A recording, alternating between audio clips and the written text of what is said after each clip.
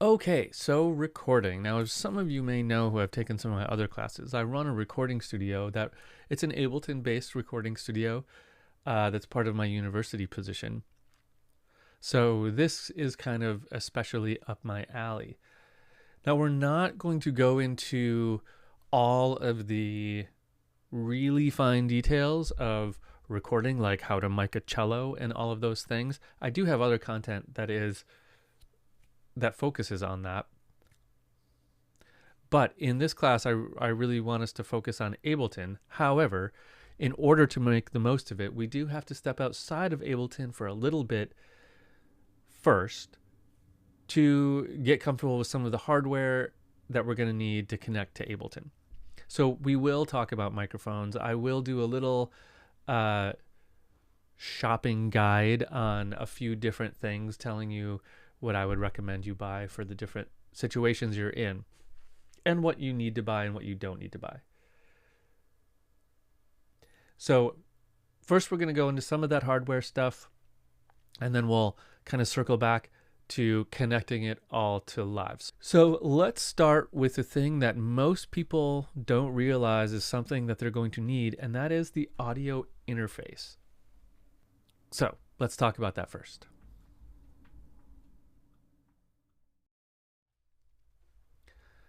Okay, so what is an audio interface? I can explain this a few different ways. First, if we look at live and say audio input device and audio output device, it's looking for our audio interface here.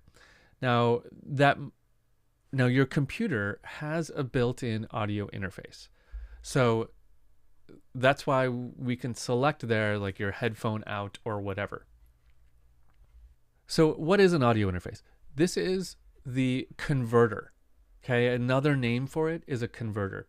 So your computer makes digital sound. Okay, so it does everything in the digital realm. Okay, and that's great. Everything we're doing here is digital. Okay, digital is ones and zeros. Okay, now that's great. Computers can hear ones and zeros really well. The problem is our ears need to hear analog sound. You, as a human being, presuming you are a human, and AI has not taken over the world yet, you cannot hear digital sound. You need to hear analog sound. Your ears can only hear analog sound. So we need something that can convert digital sound to analog sound so that you can hear it. And the opposite is also true. If I'm going to sing into this microphone, if I'm just even going to talk into this microphone, I can only produce analog sound. I cannot produce digital sound. But the computer needs digital sound, right? It needs something digital. So I'm going to talk into this microphone, and this microphone is going to go through this cable here, and this cable can only carry analog sound. It's going to go and it's going to go down this wire, and it needs somewhere to be converted to digital sound so that the computer can deal with it. Okay? So an audio interface is something that does that conversion for us. It converts analog sound to digital and digital sound to analog. Okay? Going back and forth so that we can hear what the computer's doing. Now, it would be nice if it was as simple as that, but to make things a little more complicated, that conversion can be done really well and it can be done really poorly. That's why we have different audio interfaces. Some of them are really expensive and they do it really, really well. Some of them are really cheap and they don't do it really well, and the sound suffers because of it. So there is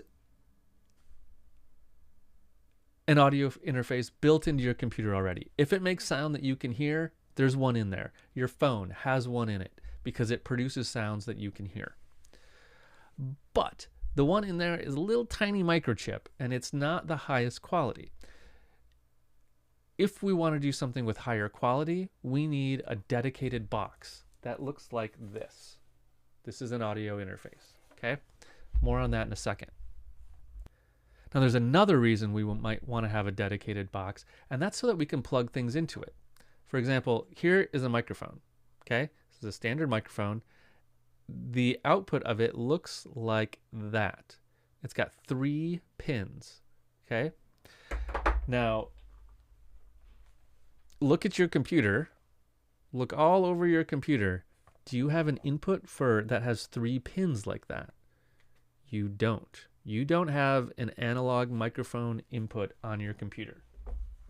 No matter what kind of computer you're using, I guarantee you don't have one. So we take a box like this. It has a whole bunch of inputs for a microphone, and then it has an output to go into a computer. USB, USB-C, whatever, right? So this can do the conversion for us. We can plug in a whole bunch of microphones, and it can do the conversion and send that digital signal to the computer. Okay? So that's why we need one of these boxes. Now, there are USB microphones that exist where it's a microphone and then it has a USB output, and then you can plug that directly into a computer. Those exist, and I used to make fun of them and say that they're garbage, but I've listened and played around with a few of them in the last couple of years, and some of them are actually really good. I'm not gonna lie, some of them are good. What that means, though, is that they have the converter built into the microphone, okay? Which means it's a tiny little converter. It's not gonna be that great. But again, I've heard some really good ones. So if you want to do that, that's okay. That is a cheap way around buying an audio interface. So that's what an audio interface is. Now let's talk about if you need one or not.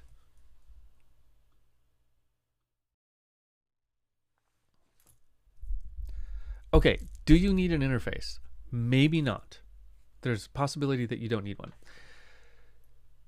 If you're planning on running a recording studio where you're going to record a whole bunch of instruments, yes, you definitely need an interface. But if you are in a home studio, if you're in a home setting where you're on a laptop, you're on a desktop, whatever, and you don't plan on recording a whole bunch of instruments, then you might not need one. Okay, so let's separate this into 2 different issues. The first is for recording, do we need an audio interface? And the second is for playback.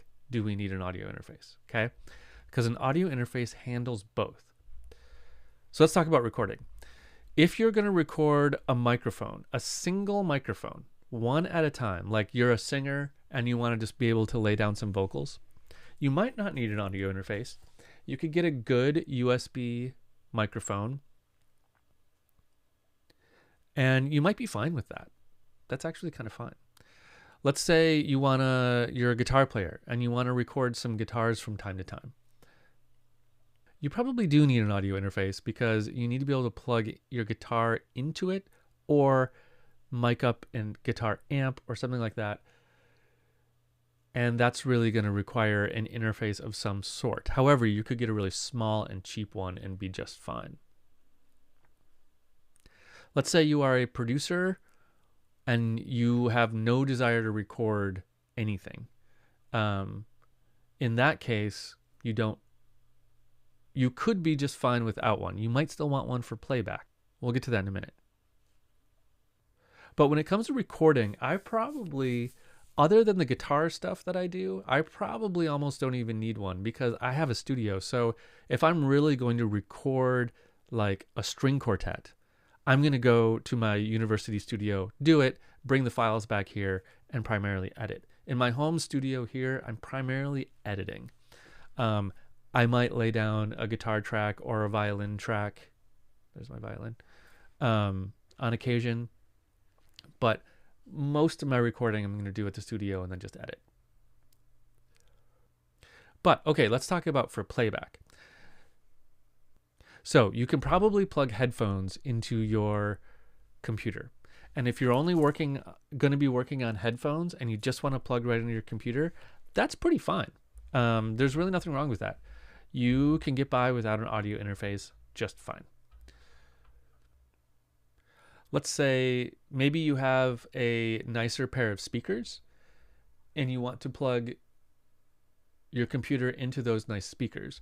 You could get one of those funny cables that is a little headphone jack. We call it an 1/8 inch jack or we call it a mini jack, or there's a couple different names for it, but little headphone jack on one end, and on the other end it splits and is either a 1/4 inch XLR or whatever you need to plug into your speakers. You could do that. The quality of sound you're going to get is going to be lower than if you had an audio interface. But how much lower? Like a really small amount. Let's be like super honest here.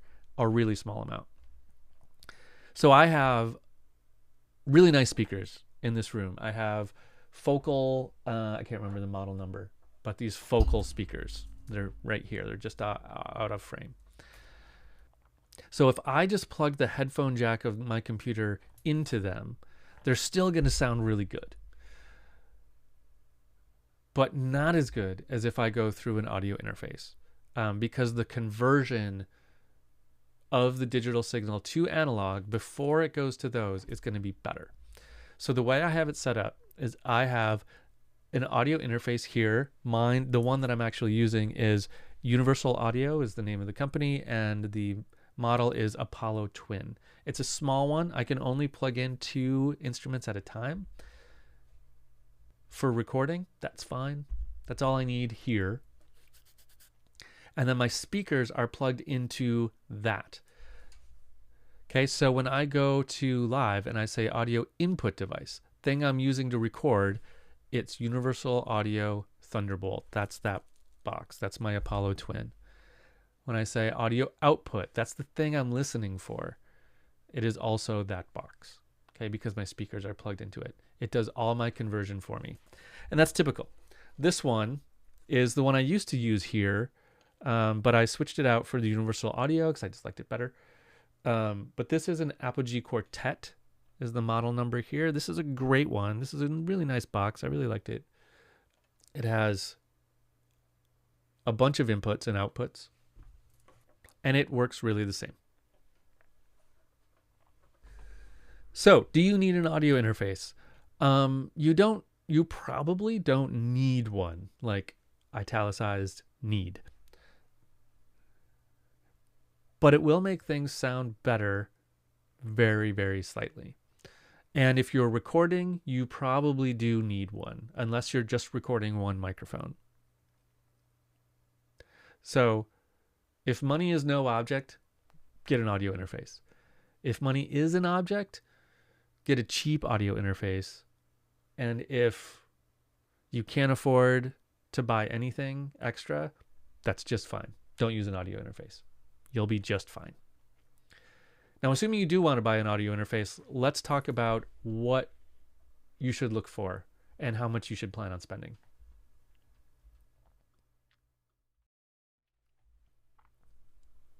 Okay, if you are going to buy an audio interface, here's a couple things to keep in mind.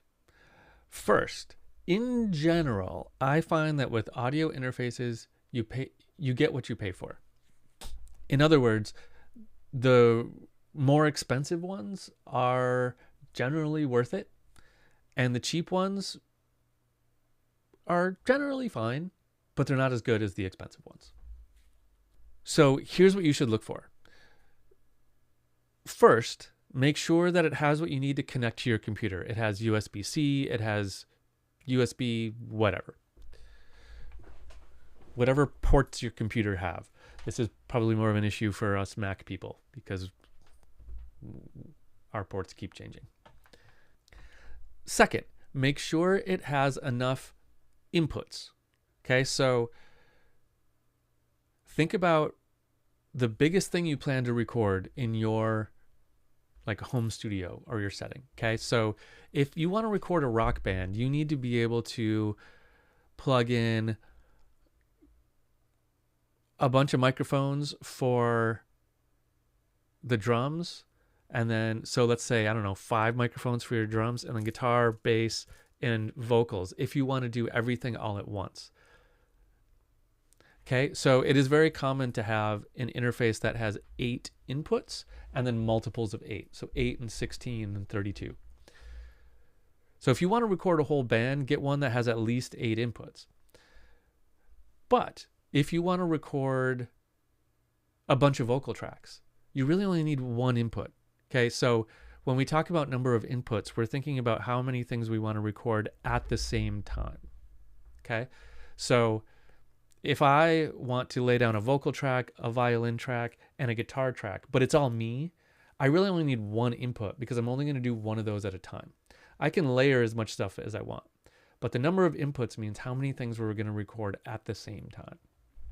If you go into a big studio, they're going to have 64 or 128 inputs available. But here, what I use, I have 2 inputs available. This unit, this is the one that I have here. This is the back of it. I have 2 lines input. That's all I need for what I'm doing here. So I can record a mic and a guitar at the same time. It's great. Or 2 microphones at the same time.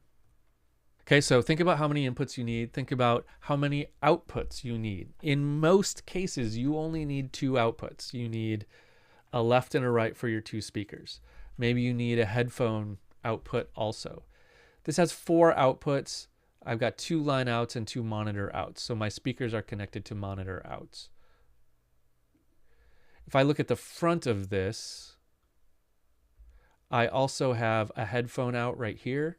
There's another input that is guitar specific here, or it's just really an instrument input. Any instrument would do. If you wanted to plug directly in to the interface, you could do that. And then the thing I have on top, another thing to consider is just if this thing is going to sit on your desk, what controls you have. I have a big giant volume knob. It can either be my input if I hit this preamp button, or my output, meaning like the volume of music I'm hearing, if I hit this monitor button. It's handy. I just need one big volume knob is all I really need. Okay, this universal audio is a really nice one. Okay, this is like a really nice, a high-end but small unit. And so it's about $1,000. Okay. You can get much more expensive ones and much cheaper ones. Okay. If you want a really nice one that's not so expensive, but has a lot of inputs, check out the company Mark of the Unicorn, or Motu, M-O-T-U. I really like their stuff. They're less expensive, but still really quite nice things. Now, I will also tell you the number one unit that people are buying right now, that I see students buying and they're loving. They're really affordable and they're really reliable and they sound great, is this one, the Focusrite Scarlett 2i2. Now, this 2i2 is kind of a almost standard nomenclature now. 2 inputs, 2 outputs is what that's really saying. So here's the unit. It's got 2 inputs. It's probably got a pre on the back. Let's look at the back. Yeah. So it's got 2 mic inputs on the back and 2 line inputs on the front. That means just like a guitar kind of cable. It's got a big volume knob and some settings for your inputs. It's got, let's look at the back. It's got 2 outputs. It's pretty simple. It's got, looks like USB-C, power, no thrills, but this one sounds good. It's reliable and it's $200. These are really popular everywhere. I see them all over the place right now because they have this red casing. So I see students carrying these around. We've bought some of these for some of the smaller rooms at the studio that students are using. So these are great. You're not really going to find anything cheaper than this. There are bigger versions of this, like there's a 4i4 or a 4i2, I can't remember. So something to consider. If you want to buy one and the max you can afford is $200, this is a great option for you. Now I'll just add here, the website I am on is sweetwater.com. I do not have any affiliation with Sweetwater and get no kickbacks from what you buy from them. So just saying. And I'll remind you, you may not need an interface.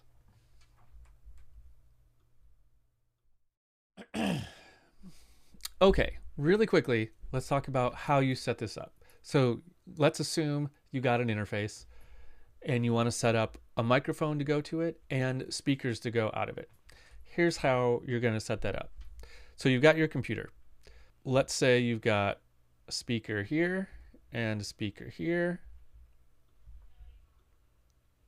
Okay, so these are your speakers.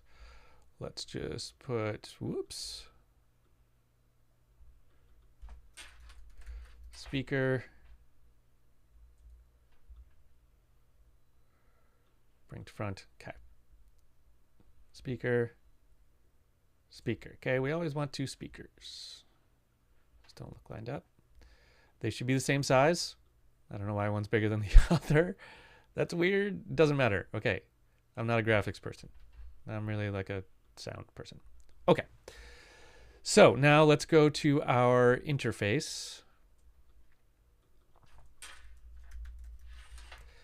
Interface. So the first thing we're going to do is we're going to connect our interface to our computer with whatever it needs, probably USB-C. I wouldn't at this point buy anything that's not using USB-C or faster. If anything is old school USB 1, you might find some used gear that's using USB 1. That can be okay. That's pretty dicey. It's just not quite fast enough.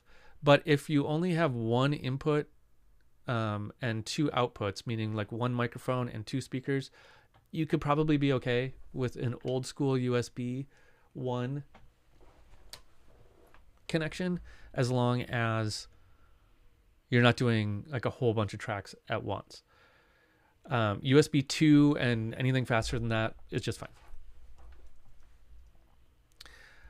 Okay, so now we're going to go to audio output. This may also be called monitor out or something like that. Usually be labeled left and right. I'm going to make this smaller just to make it easier to fit. Okay. So you'll see two outputs named audio output, left and right. So we just need to connect our speakers to that.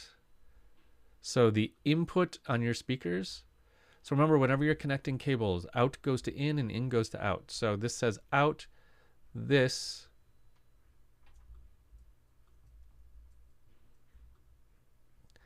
will need to say some sort of input.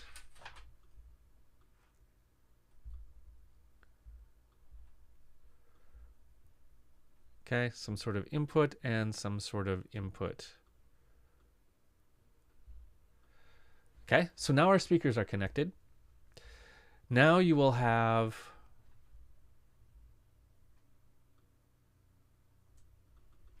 a mic or line in. A mic is going to be that three-prong thing, and a line is going to look like a guitar cable, like a single cable. If it's a mic, you can plug a microphone right into it. So let's say this is our mic. Okay, so we can plug a mic right into that, right on the same box. If it's a line input, a guitar cable, you can also plug that right in. You might want to go through, for both of these, you might want to go through a preamp or something first. If you want a better sound, you don't have to, but you can. For my microphones, if I'm just talking like this microphone is going directly into my audio interface. My guitar goes through a preamp though. We can talk about preamps later. It's kind of like a extra thing that makes the sound just like a little bit better. Okay, so that's really all we need. Then in Ableton, we would just need to make sure that in our settings, our input and our output device is set to whatever our audio interface is, because here it is acting as both our input and our output. Okay? Then you should be good to go. That's everything you need.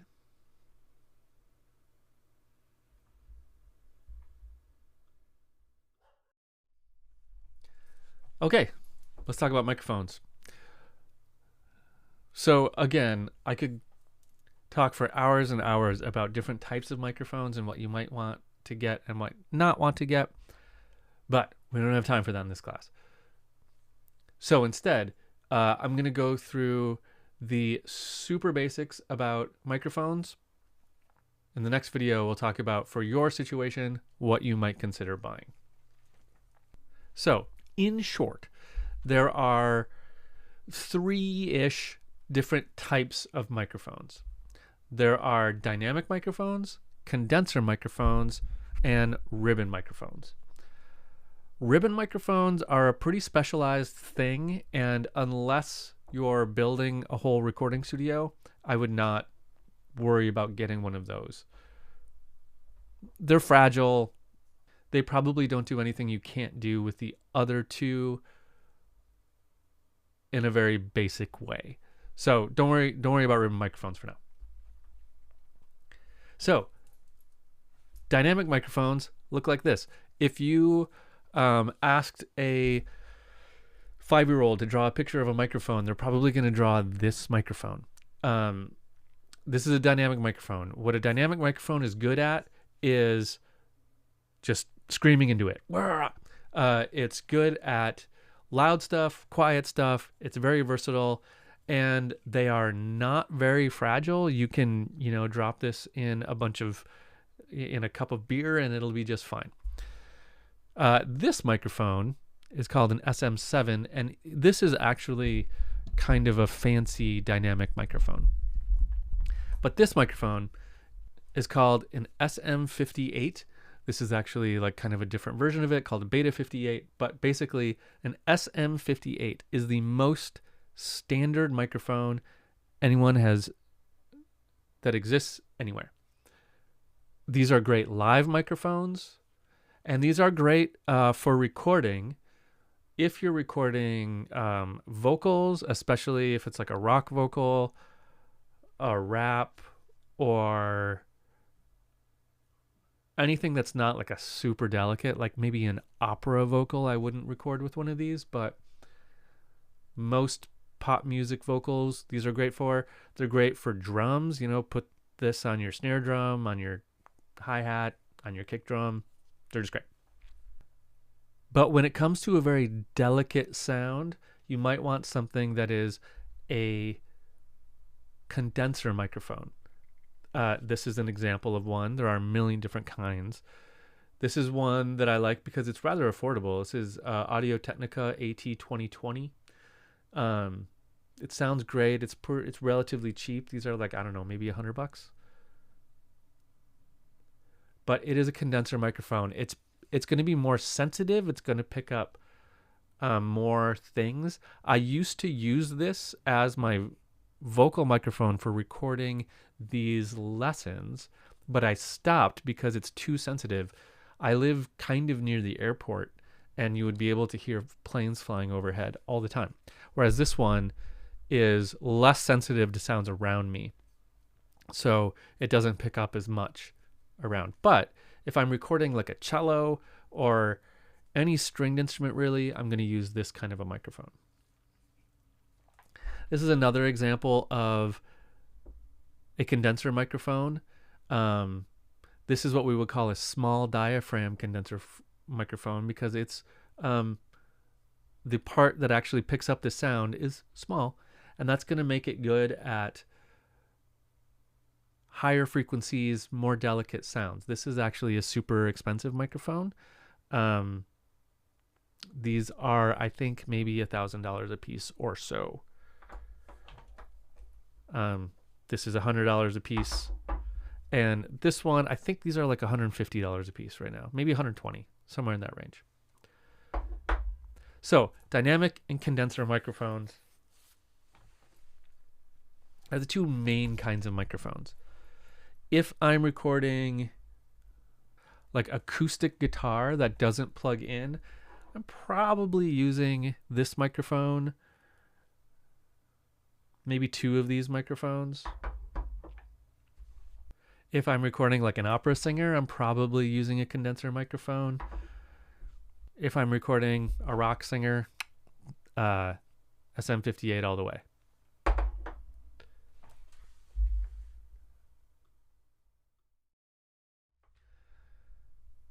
Okay, I'm going to give you a couple scenarios, and then I'll tell you about what kind of mic I would buy in that case.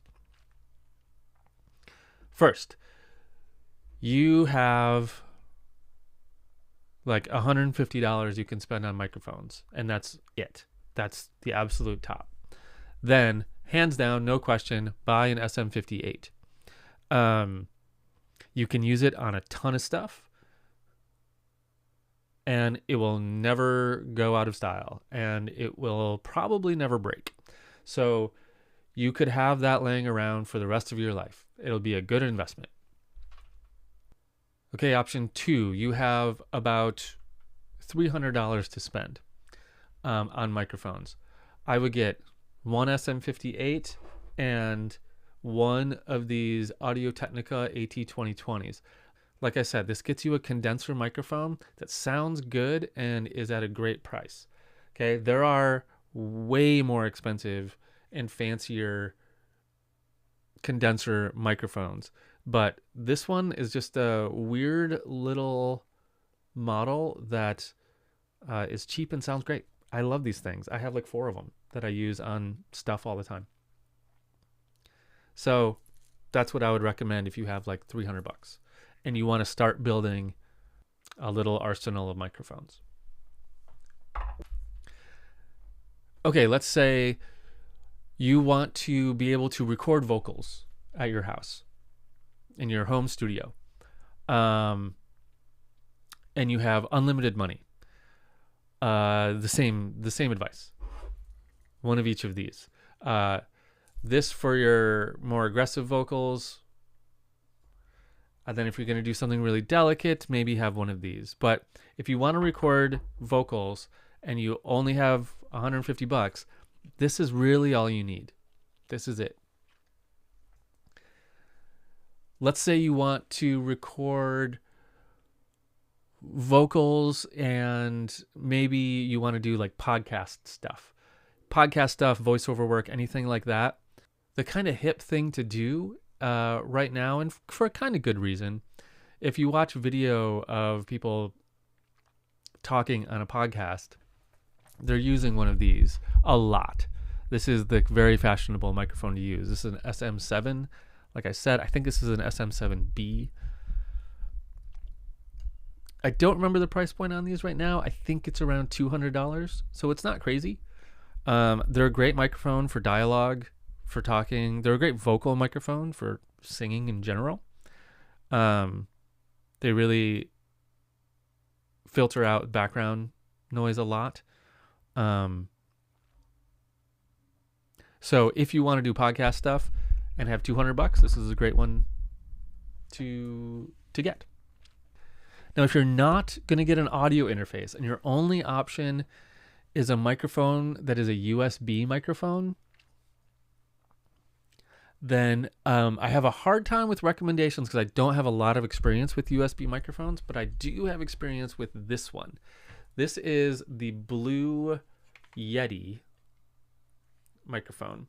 The thing I really liked about this one, and the reason I bought it, is because it does have a analog output, so I could use my audio interface if I wanted to.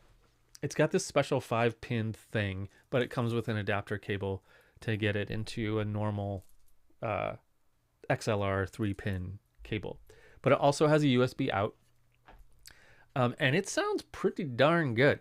This is a condenser microphone. It's very sensitive. It's going to pick up a lot of stuff. So it's a great like room mic. Like if you just want to record everything that's happening in a room, like a band rehearsal or something, this is a really good one for that. The Blue company actually makes really great mics. They have a really cheap version of this called like the Snowball or something like that. I think I have one somewhere actually. Those are, not so good, but this one's great. Okay, so that's my mic buying advice.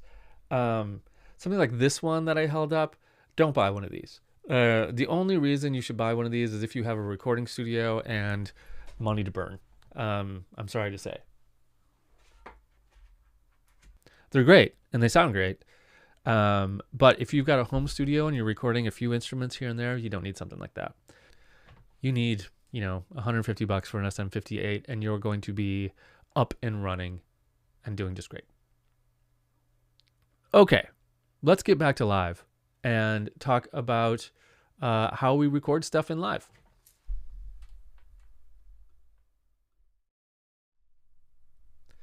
Okay, back to live. Let's set up a track to record. So I think first I'm going to go to a new session. Let's not save that one. Okay, now we could do this in session view or arrangement view, and in fact we're going to do it in both in a minute. But just to keep things simple, I'm going to start with arrangement view. So the first thing we need to do is find our audio track. So remember, we have 2 MIDI tracks here and 2 audio tracks here. So if you want to make more tracks, remember that it's Command T to make a new audio track and Shift Command T to make a new MIDI track. But what I'm going to do here is, just for the sake of simplicity, I'm going to delete my track. So I'm going to delete this MIDI track. I'm just going to click on the header over here, hit delete and delete. So I have 1 audio track.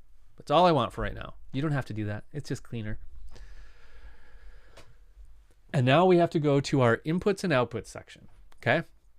So inputs, I need external in, because I have a microphone from outside of live that is external to live and it's coming in. Okay. I could configure that if I need to, but I don't. So now it says from external in, meaning that it's looking at my audio interface, because that's what I told it in the settings was my input interface. It's looking at the settings and it sees 3 possible things that I could do. I could use the first input on it. I could use the second input on it, or I could do a stereo track where I use both inputs 1 and 2. So let's talk about stereo track really quick. A stereo track is going to record 2 things at once, basically 1 for each speaker. I might want to do a stereo track if I was setting up 2 microphones like this and I was talking into it and wanted to record both microphones. That wouldn't be a great idea, but I could record them as 1 track, 2 microphones as 1 track. Maybe I'm recording like drums and I'm putting 2 microphones over the top of the drums just to get the ambience of the drums. That could be a good stereo track. But if I'm recording a single sound source, something that is just one thing, like 1 microphone or 1 guitar or 1 banjo, then I probably almost always want to record it mono, meaning not stereo. So mono means just the 1 input. Okay. If I record myself right now stereo, what it's going to do is it's going to record this mic on channel 1, and then channel 2 is just going to be empty. So you're only going to hear my voice on one side, and it's just kind of annoying to deal with that. So don't do that. 1 microphone means just 1 channel. So I could use channel 1 or 2. Now we can see here that my microphone, this microphone, is coming in on channel 1. So let's select channel 1. Okay, now we see it coming in there. Now that little level meter is just impossible to read, right? It's just so tiny. There's nothing there. Think of that as just kind of like a signal indicator, just to showing you that, like, yes, there is signal coming into that. Okay, so my input is set up. I'm listening to the right input of my interface, and it is this microphone. Now let's look at our outputs at the bottom here. Main. This track, I want to come out main. That's going to send it to my main mix down here. Okay? and that's great. We'll leave that just how it is. Almost always you want your output to say main, unless you're doing something with groups or something like that. We'll talk about that later. Okay, now before I record, pro tip, rename your track. So I'm going to just click on it and press Command R. That's going to say rename. And I'm going to rename it what it is. And the reason for that is that once I record it, it's going to make a clip and it's going to name that clip like Vox if I set it up right. If I don't rename this track, it's going to record that clip and it's going to call it audio 1. And I'm going to record another thing and it's going to call it audio 1-1. And it just gets confusing. If I rename the track first, it's going to more accurately name the clip. Okay, so next thing to deal with is monitor modes. Now this can be a little bit of a head scratcher. And I think we talked about monitor modes in the first class, but let's devote a whole video to it here because it can be kind of a dangerous thing. So let's go a new video and work through that.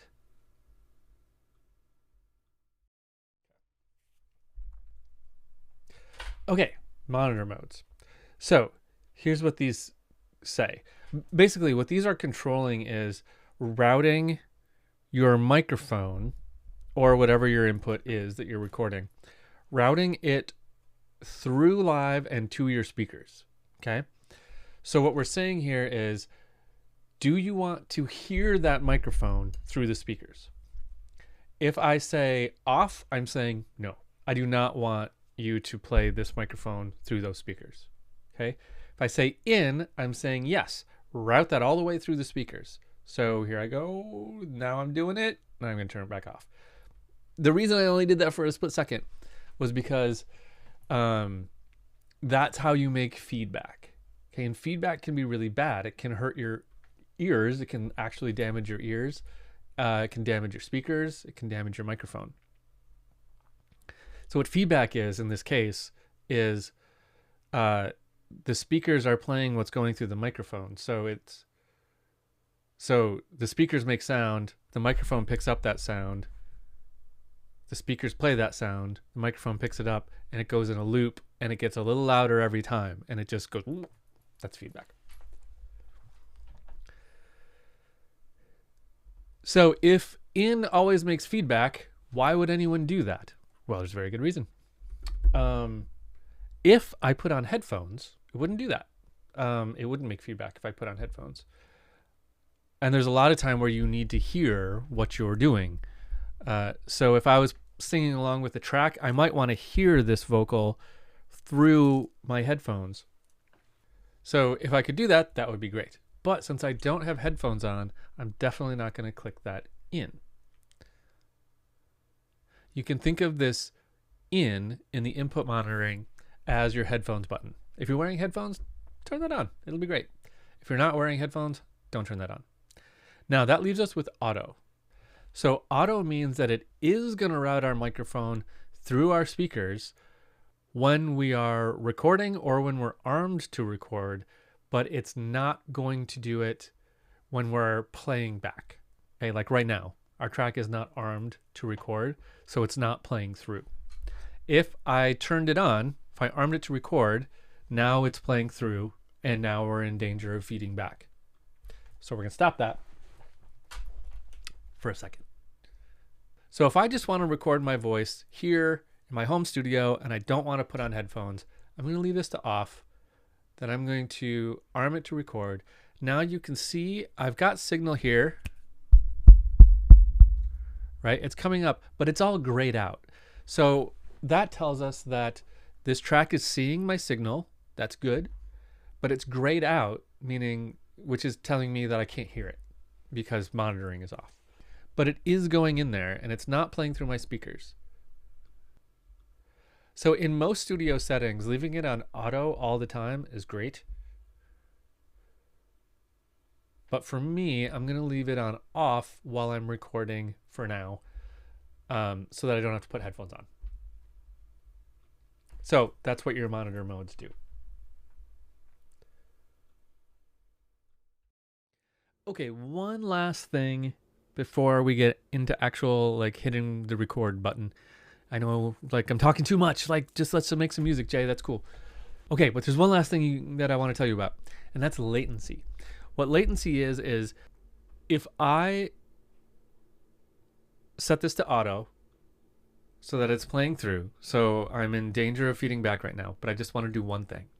I'm going to clap my hands, and then I want to see if I can tell the difference between when I actually clap and when I hear it through the speakers.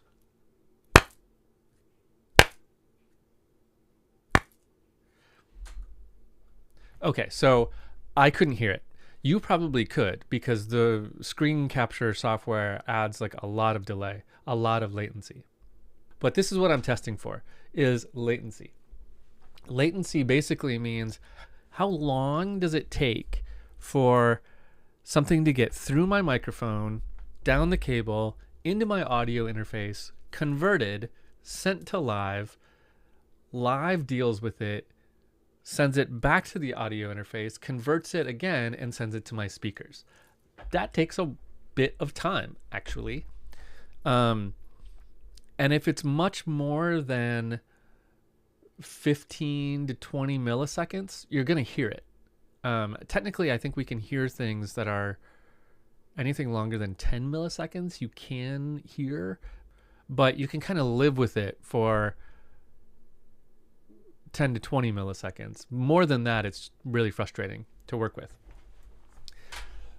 So if you have that problem, if there is a lot of latency, that delay happening, it doesn't matter too much for just recording. Because if your recording is 20 milliseconds behind, that's kind of fine. That doesn't really matter. If you're trying to play along with something that's already in the track, it can matter. And if you need to hear yourself while you're playing, it can matter a lot because you're going to hear yourself delayed by 20 milliseconds, which is going to make you slow down, and it does weird things to your brain. So here's how to fix it. First, we're going to go to our preferences. Okay, you can go to audio, and we have this whole latency setting here, okay? Basically, what this tells me is that my overall latency is 26.5 milliseconds. It means my input latency live thinks it's about 14 milliseconds, and output is about 11 milliseconds. So you can do some messing around here. So this buffer size is our big tool. Okay? If we make it smaller, the latency will go down. See, now it's down to 7 milliseconds. But it's much more taxing on our computer. Our computer may slow down as well. So we have to find a balance between how much of our computer we can monopolize with this and how much latency we can live with.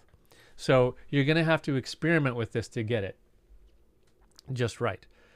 This driver error compensation doesn't really do anything. What this does is just it just kind of adjusts these numbers to be more accurate. So if you do some tests and you know that your interface actually only has, 2 milliseconds of latency on the output, then you can put that in there and it'll adjust it. But it's not really changing the latency at all, is my understanding. It's just changing the number. So here, I'm going to take it down to 32 samples of a buffer size.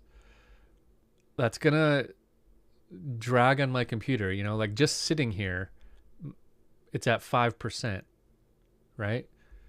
If I take it back up to like this many, 1024 samples of a buffer size, just sitting here, my computer's at 0%, right? So the smaller this is, the less latency you will have, but the harder your computer is going to be working. So what you're going to need to do is, the first time you do this, if you feel latency is an issue, it might not be an issue for you at all, but if it is, come here and play around with this buffer size thing. See if you can get it tolerable by playing with the buffer size. If you can't, then you might just need a faster computer. But probably not. You can probably make it work. Don't worry. You don't need to buy a new computer. Okay, let's record some stuff. Okay, let's record something. So I'm all set up to record my voice here on this track. Okay, I'm armed to record. My monitoring is off. I can see my signal here, but I can't hear it. Perfect. So let's record something. I'm going to put my cursor where I want the recording to start. Then I'm going to hit record. Now here we go. So you can see my signal coming in here, nice and healthy. You can see the track I'm recording on. Everything's good. So now I've recorded a little snippet. I can go back and hear it by just putting the cursor at the beginning and pressing play. Record. Now here we go. So you can see my signal coming in here. There it is. Everything looks great. If I want to continue recording, I can set another point and just hit record. And now I'm going to pick up right where I left off. Hooray! Okay, great. Now let's say that this was good, but now I want to record another track.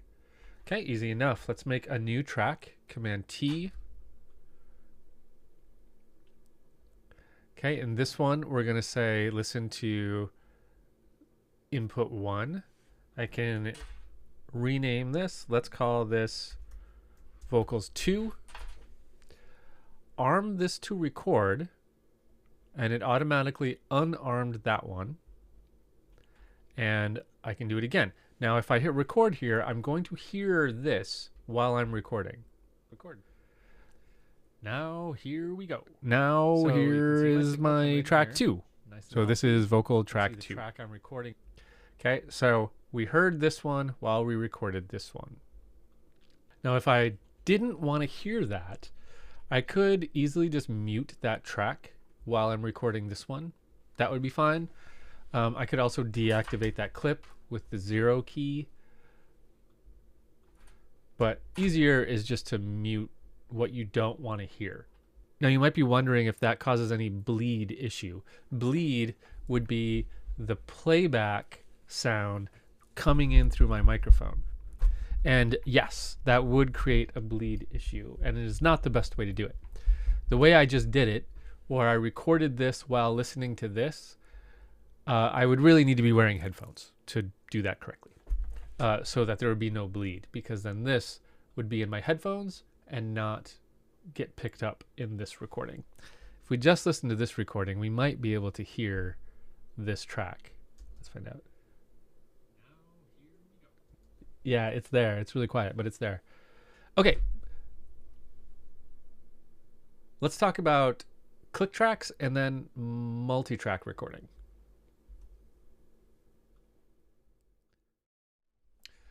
Okay, let's spend a minute and talk about the metronome. The metronome is up here as these two little dots.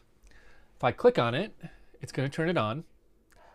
And now when I press play, we're going to hear a metronome going at our session tempo, which is 120 beats per minute. Okay, that's what our metronome sounds like. If I click on the little arrow next to the metronome, I've got some options. I can do a count in, where meaning if I hit record on something, it's going to do 1 bar before it starts recording, or 2 bars or 4 bars. I can change the sound to these 3 things. They're all fine. And I can change the rhythm a little bit. I can give it like a triplet feel, a halftime feel, a few other things. I can say, turn it on only when we're recording, whatever. So if I did like a 1 bar count in, it's going to look like this. So I'm going to hit record and record on this vocal 2 track. Ready, go. Yo, now we're recording. See, it counted 4 and then it started recording. This can be really useful, especially like when I'm recording my guitar or something. I might set that to 2 bars so that I can hit record, grab my guitar, get all comfy, and then hit the downbeat right where I want it. Now, if you want to adjust the volume of the metronome, this is something that is surprisingly tricky to find. Okay, it's buried in a really weird place. So let me show you where it is. First, you can only get to it in session view. So we go over to session view and we go all the way down to our master channel down here, and what looks like the solo button, this is actually going to be our metronome output. Volume. Okay. And if you want to do something weird with the outputs, it's this Q out here. You can say, I want that just to go to my left speaker or my right speaker or something like that. Okay, but you can only get it in session view, as far as I know anyway. So that will now go to our headphones. If I turn on headphones and I hit record, I'm going to hear the metronome in my ears, and it'll work just like a click track. The metronome will follow any time changes, meter changes, tempo changes, anything like that. So it's very easy to work with.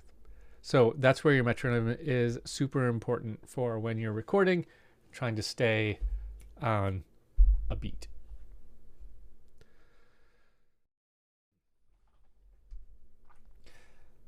Okay, let's talk about multi-tracking in arrangement view. So multi-tracking means we're going to record multiple things at a time. Now, I only have 2 inputs on my audio interface, so I can only record 2 things at a time. If you have more, you can record as many things at a time as you have inputs for, okay? So let's do it. So I'm going to make a new audio track. I'm going to make 2 new audio tracks. This one will be J vocals, that's me. This one will be guitar. Okay, so I'm going to set this one to be my microphone, which it already is. I'm going to set this one to be my guitar, which is plugged into channel 2.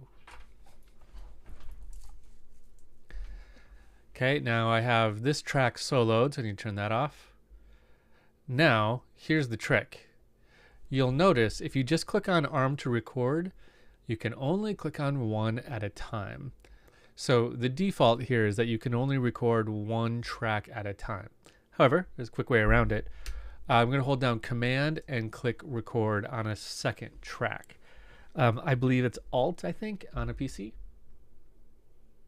So now I'm set up to record vocals on 1 track and my guitar on another track through a different input 2. So let's try it. Okay, little check of my guitar. It's there, it's a little loud. Remember, you don't want those meters to turn red.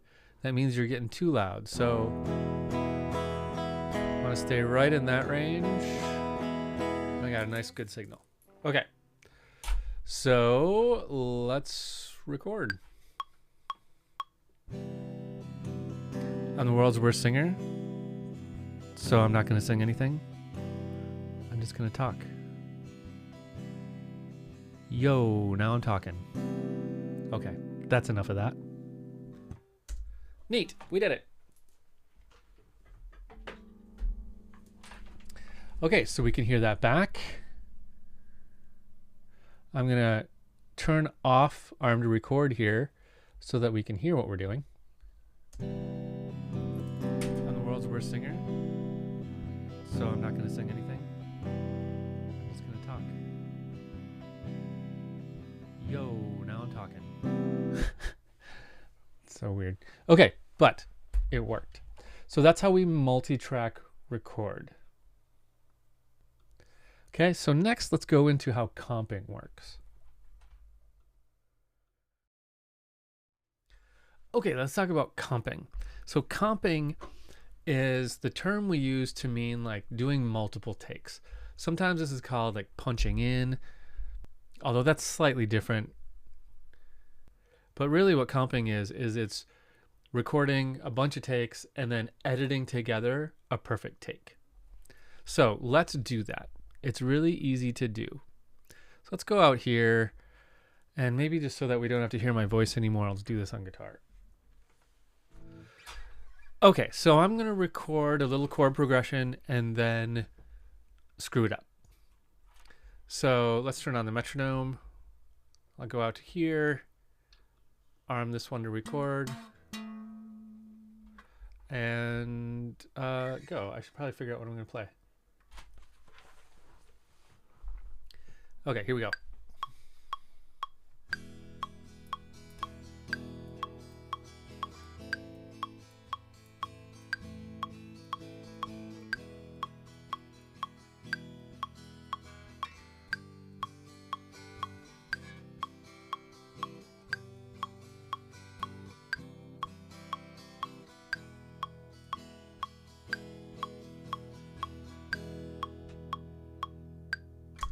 Okay, so I can see that recording was quite quiet, and I could feel that it was all over the beat, right? So let's do it again.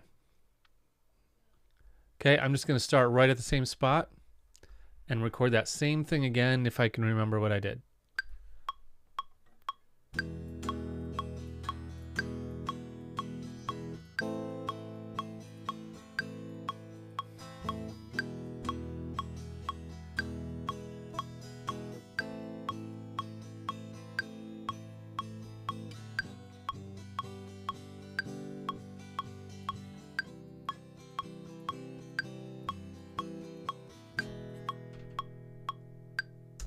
Okay, that's pretty good, except I kind of flubbed the ending.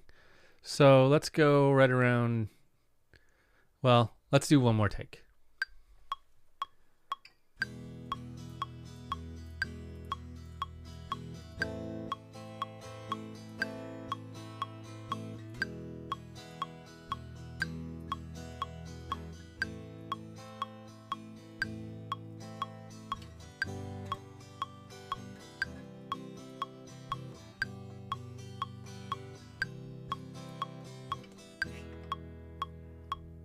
Oh, just that last chord.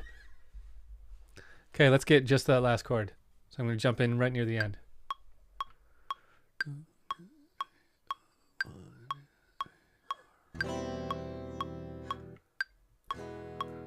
Okay, that time I played the totally wrong chord. So let's do it again.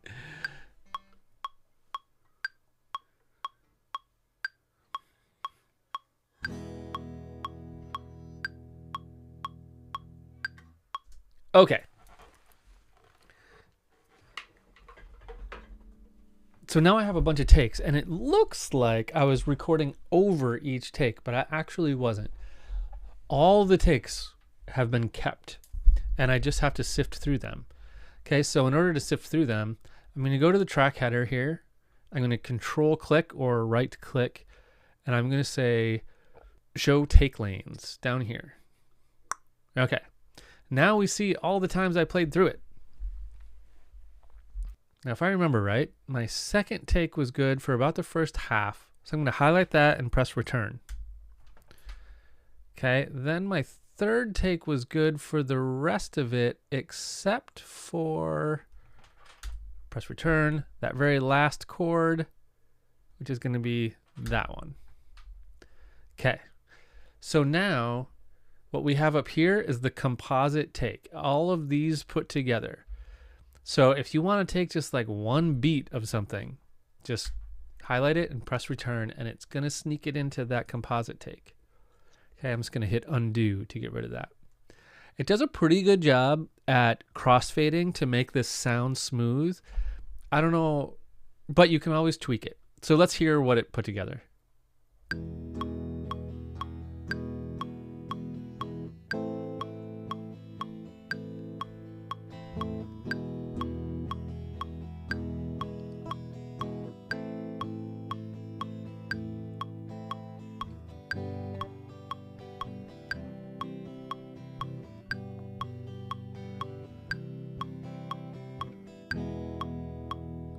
Okay, pretty good. I can turn off that metronome, hear it again, just these changes.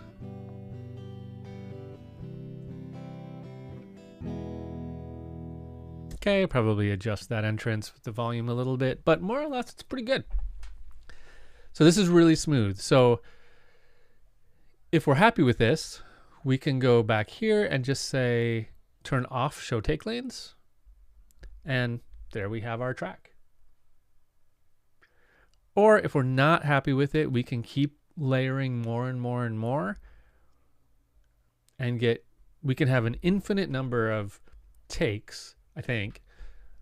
So it's a really great tool. Now this tool was new in Live 11, so it's not new to Live 12, but if you have something older than 11, you won't be able to do this. It's very smooth. It works great.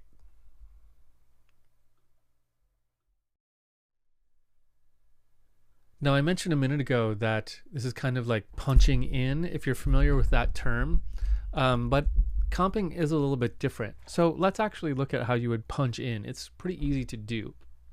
Here's what I'm going to do, just for demonstration purposes. I'm going to combine this into one track.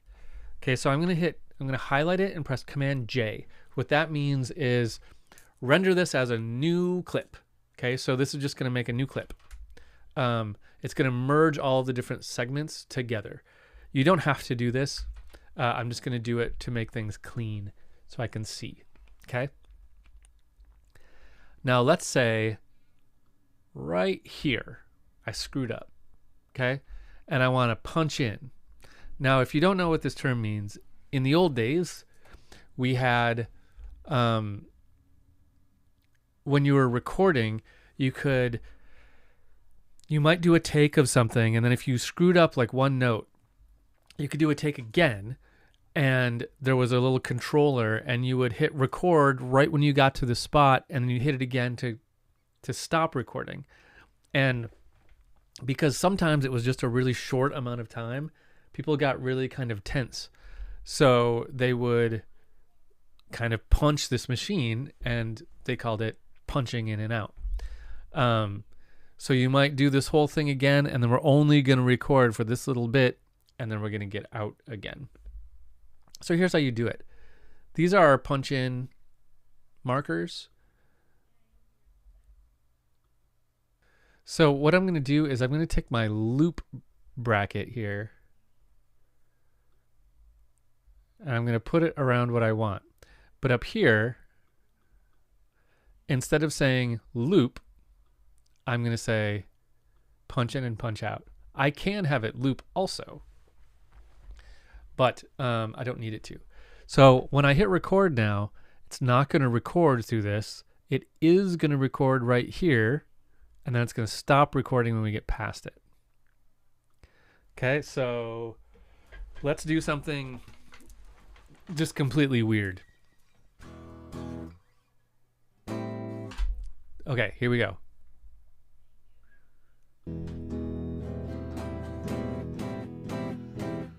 So I'm playing, it's not recording.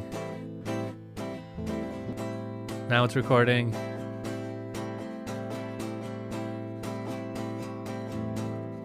All right, and now it's out. Okay, so I just recorded that one spot. I didn't hit anything. I just set up the bracket, told it to punch in and out, and then I hit record right here, and it starts recording right on that spot only. Now, why would you use this over the comping method? To be honest, I would really only use the comping method at this point. I haven't used this punch in, punch out thing in a while because comping is just so much better. I can just play and then pick my favorite stuff. So there's not a huge need for this anymore, but if this is how you want to do it, then that's totally fine. It's still possible to you. Okay, if we want to hear the ugly thing I just created.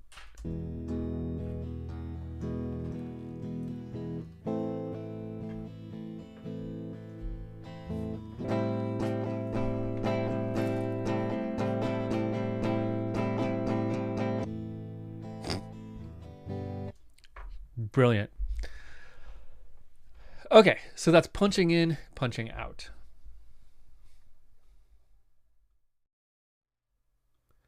Okay, let's do tracking and multi-tracking in session view. So when it comes to recording, session view works a little bit differently. So you'll notice that in our clip slot grid, we have a little square next to all of our slots. Square means stop, just like up here, stop. Okay. Now I don't need to stop anything at the moment, but you'll notice that my guitar track only has circles. And that's because it's armed to record and it is all set up to record my guitar, because that's what we were just doing with this track. So if I click one of these circles, it's going to start recording.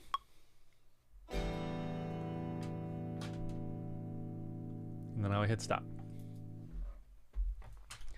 Okay, it's as easy as that. I just recorded this. If I double click on this clip, you can see there's that strum. Okay, so I could record more. I could record another thing.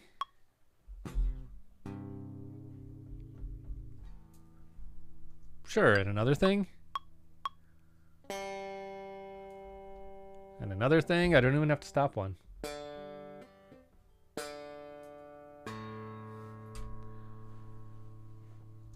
And I can keep going all day long.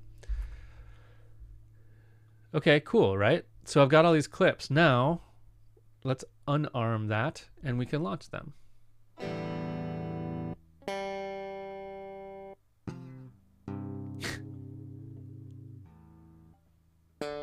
Okay, we can obviously tidy them up if we want. We can say, you know, start right there or so.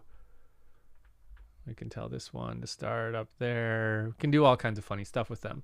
We'll get into that more when we start talking about really kind of producing with stuff. But recording in session view is actually really, really easy. Multi-track recording works the same. We can record there. I can command click and record here also. Just keep in mind your monitor settings are up here. And you may have asked yourself earlier, and I didn't address it, but does the monitoring matter on my guitar? Not really. I could leave it on. I'm not going to create feedback because it's not a microphone.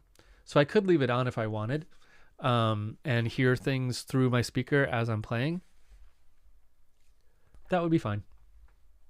Anyway, so mind your monitor settings. Once I'm all set up here, I'm just going to hit record on both of these. And then they're going to start on the next downbeat. This is kind of how session view works, in that there's a global clip launch.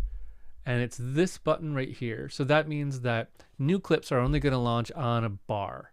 Okay, so if I click record, it's going to wait till the next bar to actually start recording. Even though my metronome is making us do that too, this is what's actually going to do it. So if I wanted to start recording like right away, I can set that to none.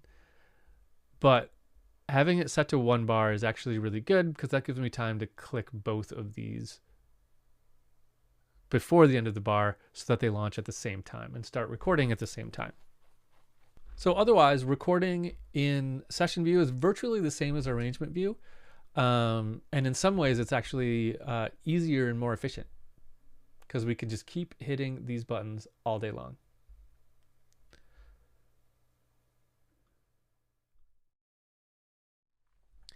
Okay, a quick word about effects. Let's go back to arrangement view.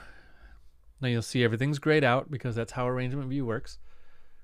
It says you are working in session view right now, not arrangement view, so everything's grayed out.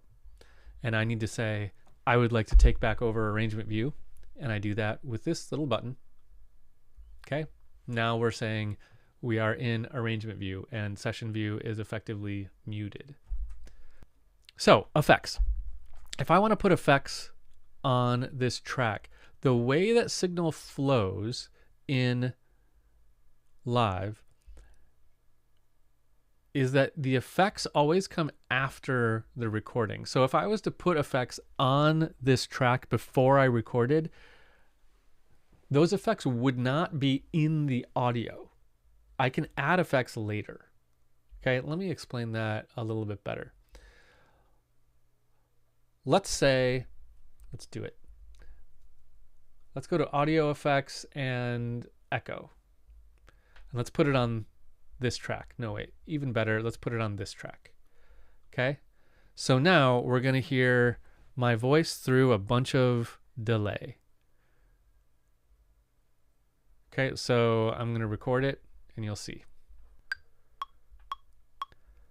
Check 1, 2. Here is my voice through a whole bunch of delay and blah, blah, blah. Okay. So I accidentally left that one recorded.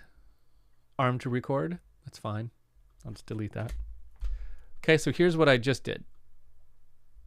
Check 1, 2. Here's my voice through a whole bunch of delay and... Neat, huh? Okay, so the question is that delay in this audio? Right? The answer is no. Because this recording happened and then it went down here and added the effects and then to the output. In other words, I can turn off that delay and we won't hear it. Check 1, 2. Here is my voice through a whole bunch of... Okay, so the reason I'm pointing this out is to tell you that you can add effects later. If you add effects to a track that you're recording on, that's great. You can totally do that. But just know that you can modify those effects later. They're not printed into the audio. So I can take my guitar here, which has the blandest of tones, and put on a guitar amp emulator. So this is a plugin called Guitar Rig that just has kind of amp emulators. Let's do styles. Here's like a Prince tone.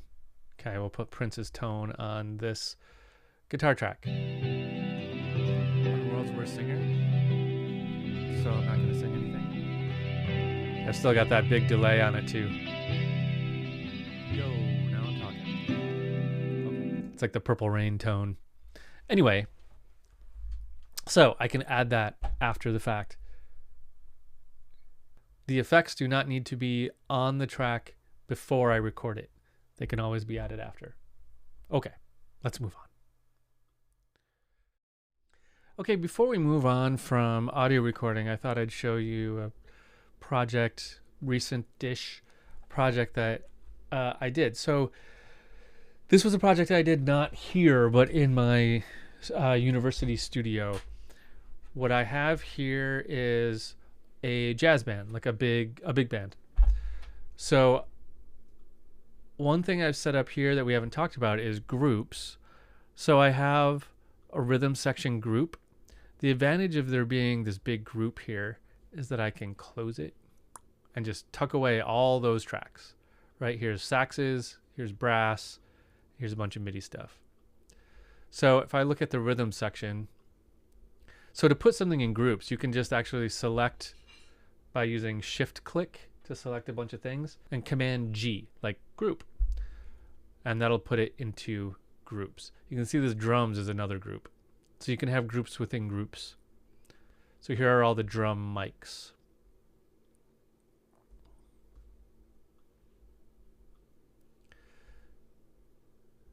So this was a big project because we had to record the rhythm section and then the saxes and then the brass.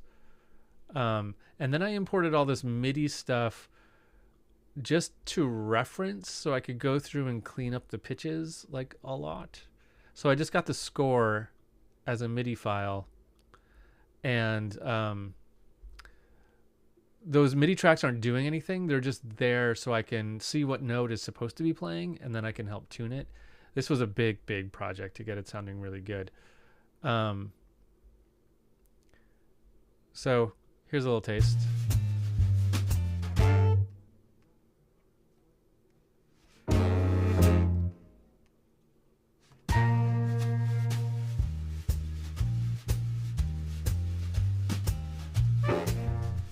So this is a really early version of this before I really got in the weeds to edit it, but you can kind of see what I'm doing here with comparing the MIDI to the recorded notes to help me adjust them. So this was a big project and a big recording session, but this is what a big recording session can look like sometimes.